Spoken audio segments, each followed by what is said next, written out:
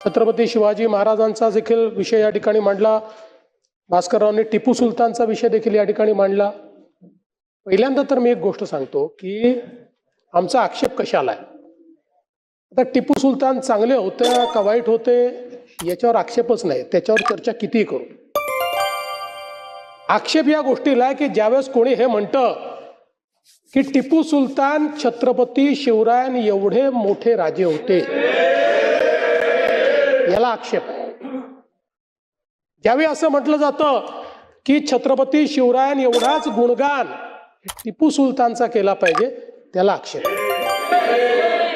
आणि तुम्हाला एक गोष्ट सांगतो, दुर्दैवाने या देशाच्या इतिहासाशी जी छेडछाड करण्यात आली त्यामध्ये वर्षानुवर्ष आम्हाला हे शिकवलं की टिपू सुलतान महान राजे होते, पण हे कधी सांगितलं नाही की 75,000 हिंदूंची आणि 33,000 नायरांची कत्तल करणारे देखील तेच टिपू सुलतान. नाही शिकवलं आम्हाला.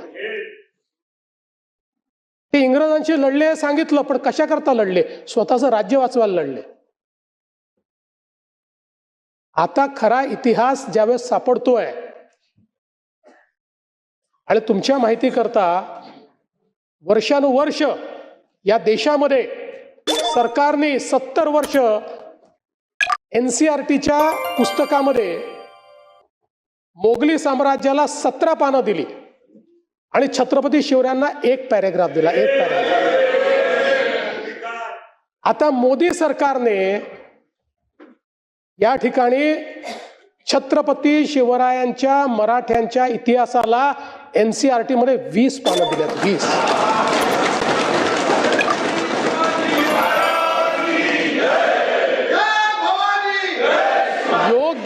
योग्य वेळी जर आपण नीट इतिहास शिकवला असता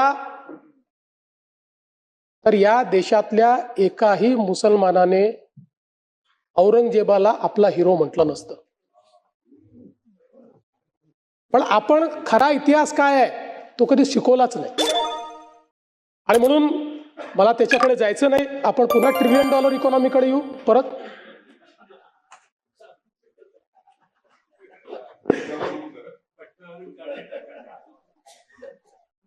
त्यांनी विषय मांडला म्हणून मी उत्तर दिलं, बाकी काही नाही. असं आहे, तुम्हाला एक गोष्ट सांगतो की या देशामध्ये अनेक राष्ट्रभक्त मुसलमान आहेत आणि त्यांच्याबद्दल आमचा कुठला आक्षेपच नाहीये, बिलकुल नाहीये. हे लोक या देशाच्या विरोधातल्या लोकांना, या देशाच्या आक्रमणकार्यांना आपला हिरो मानतील, त्यांच्या विरुद्ध आम्ही लढाई करूच, आम्ही सोडणार नाही. CEN न्यूज, देश प्रदेश की ताजा तरीन खबरों के लिए CEN न्यूज को सब्सक्राइब करें और रहें पल पल की खबर से हर पल बाखबर.